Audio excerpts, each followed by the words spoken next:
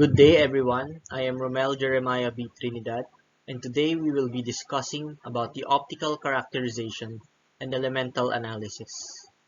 So in this discussion, I will be discussing the differences and other optical characterization there are, and how elemental analysis is incorporated in them. So before we dig deep, we must first ask, what is optical characterization? First, it tells us the information about important information such as physical properties. These physical properties are things that we can see through the microscope with our field of vision. And these physical properties, one of the most things that we look at is usually thickness. But through spectroscopy, we can also look at its electronic properties. So SEM-EDX, also called as scanning electron microscopy with energy dispersive X-ray analysis, is a type of optical technique.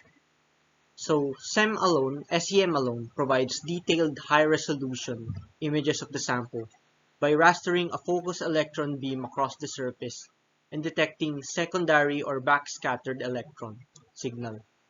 So the energy dispersive X-ray analyzer, or also called EDX, is also used to provide the elemental identification and quantitative compositional information. Now from a picture you can see below is a sample of the results gathered from the scanning electron microscopy, the SEM EDX. Typical applications include characterization of material structures, assessment of reaction surfaces, characterization of surface defects, and measurement of thickness of layered structure. So next characterization technique is the AFM, also called as the atomic force microscopy. So the underlying principle of this is that the nanoscale tip is attached to a small cantilever which forms a spring. As the tip contacts the surface, the cantilever bends, and the bending is detected using a laser diode and a split photodetector.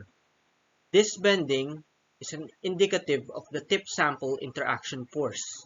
In contact mode, the tip is pressed into the surface and an electronic feedback loop monitors the tip sample interaction force to keep the deflection constant throughout the raster scanning. Some applications of the AFM include semiconductor science and technology, thin film and coatings, and polymer chemistry and physics. With that, I have discussed a summary of optical characterization and mentioned some techniques. I hope you learned something and have a good day.